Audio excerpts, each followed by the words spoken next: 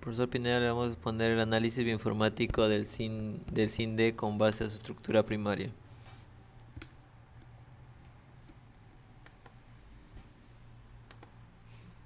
Primero una pequeña introducción de las proteínas y el tipo de proteínas que hay. Primero la estructura primaria, que son proteínas que es la secuencia de cadena de aminoácidos solamente. Y en la estructura secundaria las proteínas, que eso ocurre cuando cuando interactúan a través de enlaces de hidrógeno, como se puede ver ahí, que son las alfa hélice y las hoja beta plegada. Después una estructura terciaria de las proteínas, que ocurre cuando hay interacción presente entre las alfa hélice y las hojas beta plegadas.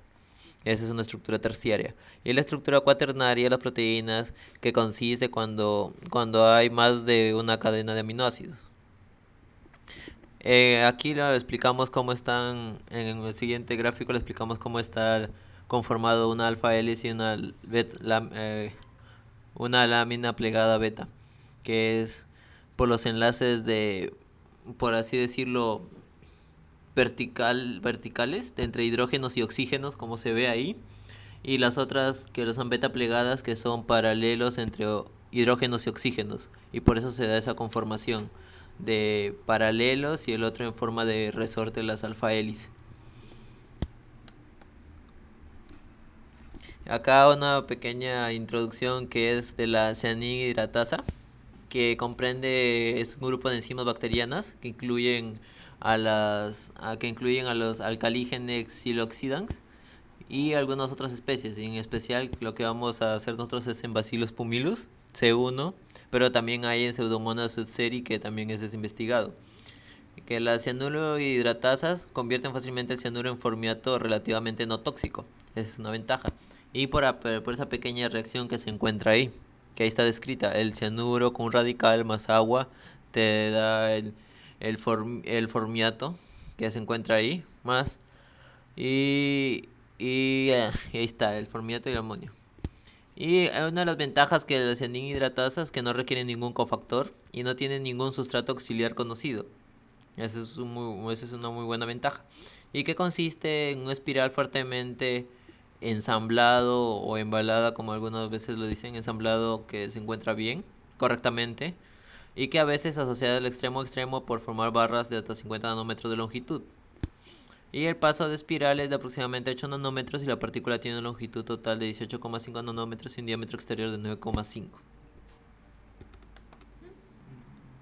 Entonces, lo que queríamos hacer en ese trabajo es realizar como que un análisis estructural de la enzima SIND con base a su estructura primaria, que vendría a ser básicamente la secuencia de aminoácidos que tiene. Y con la que vamos a trabajar es una que hemos bajado de la base de datos de NSBI, que corresponde a la de Bacillus pumilus. Acá pueden ver, bueno, su código su identificador, y esa es la secuencia en formato FASTA con la que vamos a trabajar. Para ello hicimos uso de algunos programas en línea que ya hablaremos más adelante. Bueno, en primer lugar, por ejemplo, utilizamos una herramienta que es el Compute, que es una herramienta online que calcula como que diversas características físico-químicas propias de la proteína, como por ejemplo nos manda de porrazo lo que es el punto isoeléctrico y el peso molecular. Acá pueden observar el punto isoeléctrico teórico que manda y el peso molecular en Daltons. ¿Por qué es importante que te lance el dato del punto isoeléctrico? Porque este es el pH al que un polianfólito, o sea, una molécula grande como es el caso de la proteína, llega a tener la carga neta de 0. Entonces, a este valor de pH es que la solubilidad de esta sustancia o de esta proteína va a ser nula. Y el peso molecular, ¿por qué es importante? Bueno, porque es una característica inherente a la proteína y porque gracias a esto vamos a poder saber si es que se trata de una proteína primaria, secundaria, terciaria o cuaternaria, y porque nos va a ser de gran utilidad haciendo uso de marcadores de peso molecular en pruebas como electroforesis u otras. Otro programa en línea que también te lanza datos generales viene a ser el ProtParam, que igual te proporciona diversas propiedades físico-químicas que se van a poder reducir solamente de la secuencia, al igual que la otra, proporciona propiedades como por ejemplo, además de peso molecular y el punto isoeléctrico, la composición de aminoácidos, el número de aminoácidos, la composición de aminoácidos. Vamos a poder saber, por ejemplo, en el caso del ZIND, vemos que el 8.5% es correspondiente a la alanina, el 2.7% la arginina, y así de los diversos aminoácidos. Vamos a poder saber a ciencia cierta lo que vendría a ser la fórmula y el total del número de átomos, datos que a veces son muy útiles. Y también vamos a poder encontrar otro tipo de datos como el coeficiente de extinción, que lo vamos a poder, que se encuentra acá, que el coeficiente de extinción más que nada indica la cantidad de luz que una proteína absorbe a una determinada longitud de onda. Esto nos va a ser muy útil saber cuando queremos trabajar con la proteína vía espectrofotómetro, por ejemplo, para purificarla. Y nos va a proporcionar algunos índices como el índice de inestabilidad, que proporciona una estimación de la estabilidad de la proteína en, digamos, lo que vendría a ser un tubo de ensayo. Entonces, en este caso vamos a ver que la proteína es menor de 40. 40 es el límite.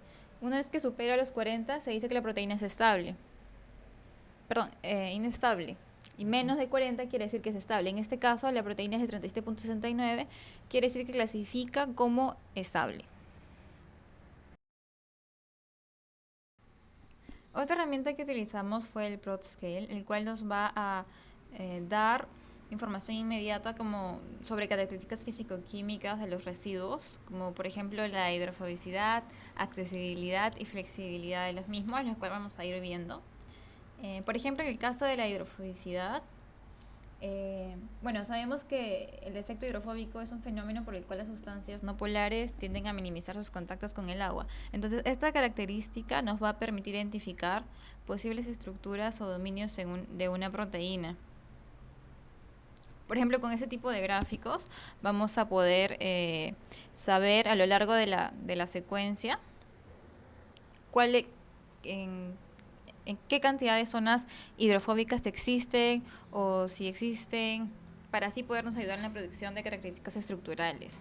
En este caso se toma por defecto una escala, que es la escala de Kit-Dolittle, la cual nos indica aminoácidos hidrofóbicos. Cuanto más positivo o pase de cero el valor, significa que más hidrofóbicos van a ser los aminoácidos situados en esa región de la proteína. ¿Y eso qué nos dice?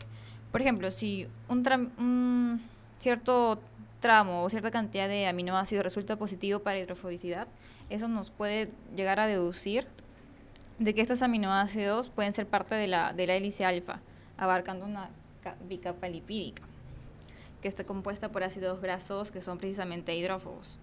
Entonces, a la inversa de esto, aquellos aminoácidos que tengan al contrario una alta hidrofilicidad van a indicar que esos residuos están en contacto o se llevan bien con el agua o el disolvente. Entonces es probable que residan como que en superficies externas de la proteína. Entonces en este caso nosotros podemos deducir en el gráfico que la proteína en sí tiene pocas regiones hidrofóbicas. Vemos que existen algunos picos, solo algunos picos arriba positivos, ¿no? Entonces, en cambio, la mayor cantidad de picos los encontramos bajo cero. De ahí en cuanto al perfil de flexibilidad, en este caso utiliza la escala de Bhaskara, la cual otorga ciertos valores para sus aminoácidos, que va a una escala de 0.3 a 0.552 más o menos. Entonces, si una proteína posee valores de flexibilidad altos, eso significa que va a poder adoptar estructuras diferentes y por lo tanto va a reconocer diversos ligandos, conservando la especificidad en el reconocimiento de los mismos, lo cual es algo ventajoso de acuerdo a lo que queramos, al funcionamiento, a la función que tenga la proteína en sí. En este caso, en el gráfico se puede observar de que si bien se presentan picos con altos valores de flexibilidad en ciertas zonas de la proteína, tiene zonas también que no lo son tanto, que están por debajo de la línea. Por lo que se puede decir que la molécula no es tan flexible o no es flexible en su totalidad.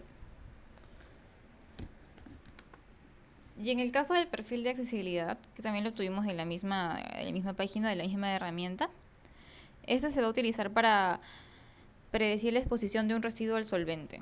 O sea, indica una elevada proporción de zonas de fácil accesibilidad al medio acuoso. Entonces es un perfil que va de la mano prácticamente con el perfil de hidrofobicidad. Y el resultado más o menos concuerda, ¿no? Existen pocas regiones hidrofóbicas, pero es lo que también te quiere decir que hay una gran accesibilidad de los residuos o gran exposición de los residuos al solvente. Bueno, continuando, ahora vamos a hablar un poco de los sitios potenciales de fosforilación, que en sí como son los sitios donde se va a poder adicionar un grupo fosfato a cualquier otra molécula. Por ejemplo, en el cianuro, por las secuencias, en algunas secuencias se van a poder añadir este grupo fosfato a esa molécula. Y por ejemplo, en estos puntos que vemos en la predicción de Serina donde donde va a ocurrir estos sitios donde se van a encontrar, podemos observar que en Serina hay 5 puntos. Aquí 2, 3, 4. Estos 5 que están con asterisco, por así decirlo, son los lugares y las secuencias en donde se puede insertar esos grupos fosfato en la molécula. En trionina también hay 3 predicciones, igual como en serina, que tienen estas secuencias, acá estas 3. Y en tirosina igual, que son 8. Entonces, el programa que utilizamos para hacer esto, utilizaron el NetFOS 2.0, que sirve para hacer estas predicciones de los sitios posibles donde se puede agregar este grupo fosfato, que se les dice sitios potenciales de fosforilación.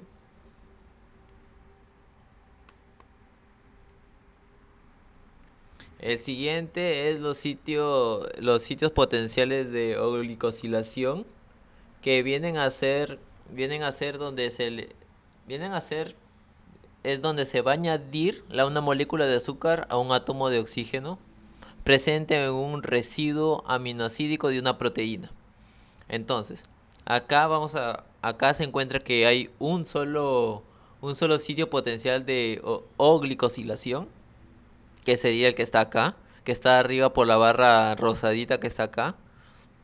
Y las líneas azules son los potenciales, entonces acá solo hay un sitio nada más. Y los demás están por debajo por así decirlo, que no van a poder llegar a tener un sitio potencial. O sea, no se les puede llamar un sitio potencial porque no tienen, por así decirlo, los datos o los datos necesarios para que sea un probable sitio donde se inserte este residuo de aminoácido de la proteína.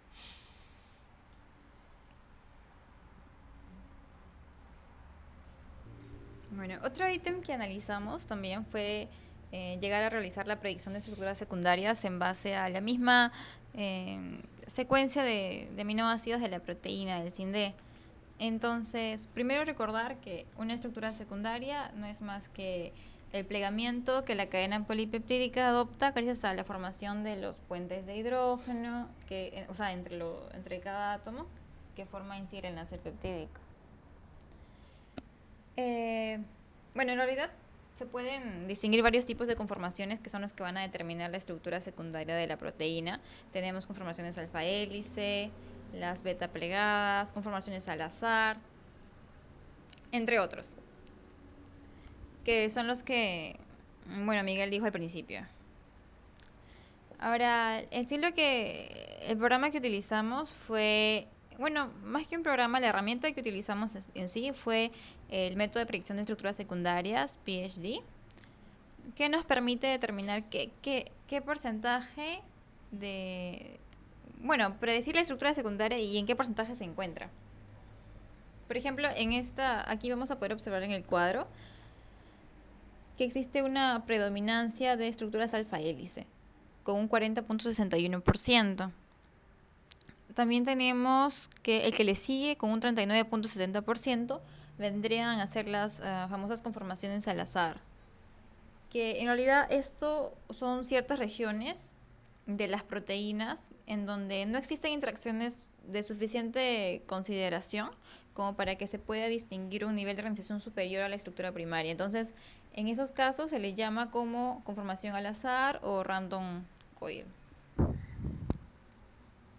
Otra estructura secundaria que vamos a apreciar es la presencia de las hojas plegadas con un 19.70%.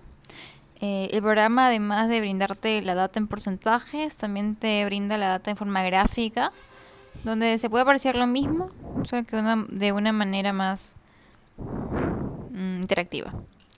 Y en la parte de abajo se va a poder ver exactamente en qué partes de la secuencia son las que van a dar lugar a estas estructuras secundarias.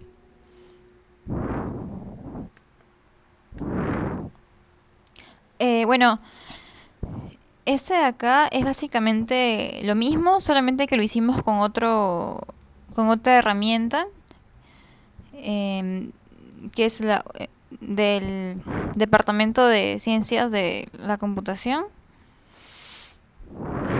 Básicamente nos mandó lo mismo, la predominancia de estructuras hélice, seguido de las hojas, ¿no?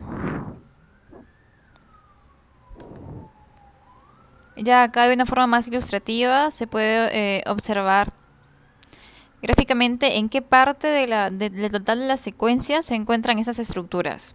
Las flechitas son los que van a representar las hojas plegadas, mientras que estos cilindros medios moraditos van a representar lo que son las estructuras en hélice, ¿no? Y lo otro, las conformaciones al azar. Y estas barritas de acá nos indica la posibilidad, digamos, que esto sea verdadero, ¿no? La confiabilidad de la predicción, por así decirlo. Otra herramienta que utilizamos fue el ProSite, que nos servía para determinar sitios activos. En este caso, igual copias la secuencia de la proteína y te lanza cierta cantidad de datos. Por ejemplo, en este caso,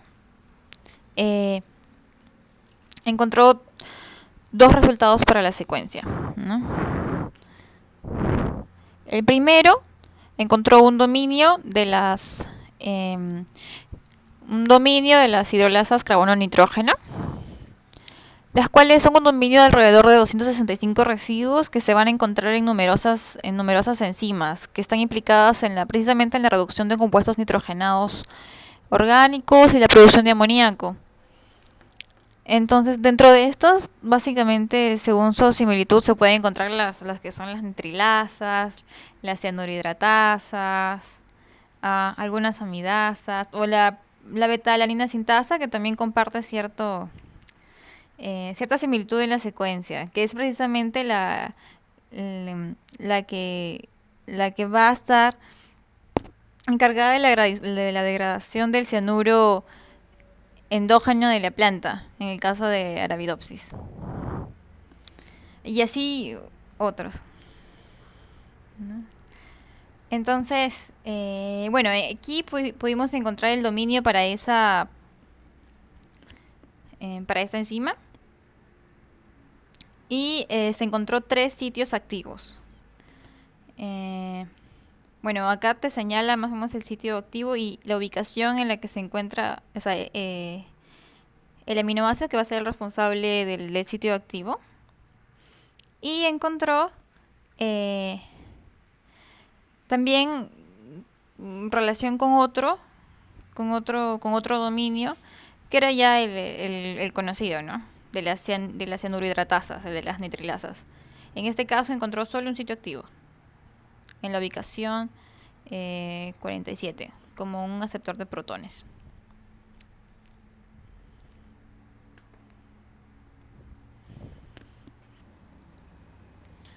Bueno, ahora vamos a hablar de la predicción de estructuras tridimensionales. Una estructura tridimensional se puede tomar como una estructura terciaria, que esta representa superplegamientos y enrollamientos de la estructura secundaria, constituyendo formas tridimensionales geométricas, muy complicadas, que se mantienen a través de enlaces fuertes, como pueden ser los puentes de disulfuro, por ejemplo, entre dos cisteínas, y otros débiles como puentes de hidrógeno o fuerzas de Van der Waals, y como interacciones iónicas e interacciones hidrofóbicas. Desde un punto, por así decirlo, de vista funcional, estas estructuras es muy importante, pues al alcanzarla es cuando la mayoría de las proteínas adquiere su actividad biológica o funcional con respecto al SINDE que estamos estudiando. Ahora, el Swiss Model. Bueno, ahora el programa que vamos a utilizar o utilizamos fue el Swiss Model, que es un programa informático que nos sirve para analizar estructuras de proteínas, por así decirlo, que no tienen un modelamiento ya estudiado, sino nos va a servir para predecir su estructura a través de una homología con otras proteínas, por así decirlo, y saber más o menos qué estructuras presenta. Bueno, ahora para el programa, de CINDE analizó y al analizar nos envió como 50 templates, de los cuales los nombres que más, por ejemplo, mayor cobertura obtuvieron, que es, por así decirlo, que tienen mayor homología, algo así. Los que tienen mayor cobertura son dos, que son 3WI1A, que son nitrilasas, su nombre, y la identidad. A lo que es que mayor cobertura vas a tener una mayor identidad. Así que estos dos van de la mano y son muy importantes. Y como se puede observar, no tienen ningún ligando estos dos. Acá se puede observar la cobertura y la identidad. Bueno, siguiendo, como en el Swiss Model, el Quimera también lanzó unos templates por homología. Y como resultado obtuvimos el 3WA, que está como en el Swiss Model también como un resultado. Así que estos dos coinciden en esta nitrilasa como resultado para el SINDE. En la siguiente diapositiva vamos a coger un template que es la estructura de cristal de la nitrilasa 6803, que podemos que es un monómero que no tiene un ligando y que podemos ver que tiene la primera secuencia, que es la que nosotros insertamos, y la segunda es la comparación que hace con el Swiss Model. Y ahí vamos a ver las homologías, en qué aminoácidos comparan, cuáles son los iguales y cuáles son los que faltan o la diferencia, por así decirlo, y así con las siguientes secuencias. En el otro también es igual que como en el template 1, este también igual. Compararon con la cobertura, que es de 33,44%, la nitrilasa, y con la secuencia de identidad. Y igual compararon el anterior. En el template 2 también igual. Igual que en el template 1, igual la secuencia que nosotros insertamos, que es la primera, y el 3WI2A es la secuencia que por homología el Swiss Model votó como resultado, y cuáles son los aminoácidos homólogos y cuáles no. En el otro, igual, lo mismo. Igual que en el anterior, también lanzaron por secuencia de identidad y cobertura los aminoácidos que nosotros ingresamos y comparó con los resultados que ellos dieron. Bueno, en el Quimera, también igual como se puede hacer en el Swiss Model, también hicimos la comparación de nuestra secuencia,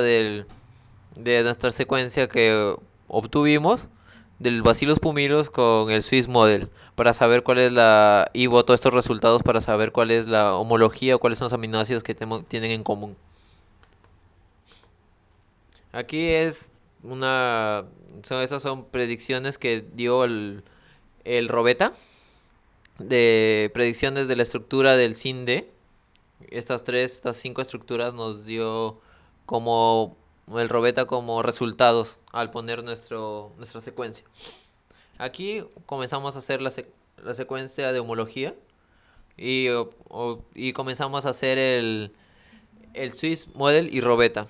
Usamos la secuencia del Swiss Model y el Robeta para hacer la comparación por homología, y nos damos cuenta que hay una diferencia en la porción del C terminal, que hay uno que se corta con azul pequeño y el otro con plomo, por así decirlo, es mucho más grande. Esa es la secuencia, es el terminal, que es la diferencia en sí entre los dos, del Swiss Model y el Robeta. Otra herramienta que utilizamos fue el Quimera, pero esta vez para hacer el docking. O sea, una predicción de la energía y los modos de enlace entre proteína y ligando. O sea, básicamente lo que queríamos hacer era simular un acoplamiento molecular. Que más que otra cosa es como hacer una simulación por computadora de un ligando con el receptor. Ver el tipo de interacción que tiene, o en primer lugar si es que va a tener algún tipo de interacción y cómo va a estar formada esta. Entonces, para ello es necesario de dos cosas. Uno, el receptor, que es la molécula que va a recibir, que en este caso vendría a ser la proteína del SINDE que estamos hablando, y para el cual utilizamos el template o el modelo que nos dio el Swiss Model. Que tenía, bueno, utilizamos este porque tenía una gran cobertura y un porcentaje de identidad considerable. Y el otro que necesitamos es el ligando. Y el ligando va a ser lo que se va a enlazar al receptor, ¿no? Entonces, por lo general, son moléculas más pequeñas que el receptor, aunque también puede ser un biopolímero grande. En este caso, no. En este caso es el ion cianuro. Porque es sobre lo que va a actuar el SINDE, al fin y al cabo, en la degradación. El cianuro es un anión monovalente de representación CN, carbono-nitrógeno. Contiene el grupo cianuro, CN, con un triple enlace. Y se le va a poder encontrar como cianuro de hidrógeno, o más conocido como ácido cianhídrico. Se le puede encontrar en forma acuosa o formando parte de moléculas de gas, formando compuestos también como el cloro de cianógeno, el bromuro de cianógeno, o lo podemos encontrar formando complejos cristalinos tetraédricos como el cianuro de sodio y el cianuro de potasio. Este ion cianuro es el que se usa básicamente en el ámbito industrial y el minero, que es en el que en realidad vemos el problema, para lo cual queremos utilizar la proteína. Pero también se utiliza en la galvanoplastía de electrodeposición de zinc, oro, cobre y especialmente plata. Y de uso en la producción de plásticos de base acrílica. Sabemos ya que el cianuro de por sí naturaleza, unido con otras moléculas, resulta ser muy tóxico y potencialmente letal. Por eso es que se buscan mecanismos de degradación del mismo. Ya acá en sí, el ligando, que lo pudimos aislar de una molécula que encontramos en la base de datos. Esa es su forma, como lo podemos encontrar. Y bueno, básicamente la proteína y el ligando. Bueno, acá la proteína con todos sus puentes de hidrógeno formados ya. Ese es en el quimera. Entonces, previamente preparamos cada molécula, tanto el ligando como el receptor, adicionándole cargas, adicionándole hidrógenos y guardándolos debidamente para realizar el docking. Una vez hecho esto, nos encerramos en este cuadradito y obtuvimos los resultados, lo cual fue muy rápido debido a que nuestro ligando es muy pequeño. Obtuvimos estos resultados. Acá algo importante es el RMSD. Mientras más cercano a 0 sea el RMSD, quiere decir que hay un mayor acoplamiento o una interacción entre el ligando y su receptor. Entonces acá vimos que había una que calzaba perfecto. Acá lo podemos ver un poco mejor. Y acá ya vemos ya en sí la interacción. Vimos que el ligando en sí estaba unido por un puente de hidrógeno a un sector de la proteína, que era el aminoácido de la lisina, ¿no? Que formaba aquí un complejo con los puentes de hidrógenos de la lisina. Y inclusive el quimera nos proporciona los datos de la medida o la longitud del enlace entre los dos en Armstrongs, ¿no? Que le podemos apreciar acá. Entonces, a todo esto, como conclusiones, podemos decir que de la primera parte, que el perfil de hidrofobicidad que obtuvimos nos muestra que esta proteína tiene pocas regiones hidrofóbicas, lo cual está en concordancia con su perfil de accesibilidad, que indica una elevada proporción de zonas de fácil accesibilidad al medio acuoso. 2. El programa que utilizamos sugería que el SINDE tiene una estructura secundaria compuesta por 40.61% de estructuras alfa hélice, 39.70% de regiones coil o conformaciones al azar y 19.70% de hojas plegadas. Igualmente, según los programas que usamos de modelamiento como el SWISS y el ROBETA, nos ayudaron para predecir o presentar cierta homología en la estructura tridimensional del SINDE. Y al analizar los resultados del docking en las dos moléculas del SINDE, porque trabajamos tanto con los modelos de Swiss Model como de ROBETA, pudimos evidenciar que hay una posición donde hay una mayor afinidad o atracción, interacción ligando-proteína, ¿no? Que es la que mostramos anteriormente con el aminoácido de la lisina. Entonces, eso sería todo nuestra revisión. Gracias.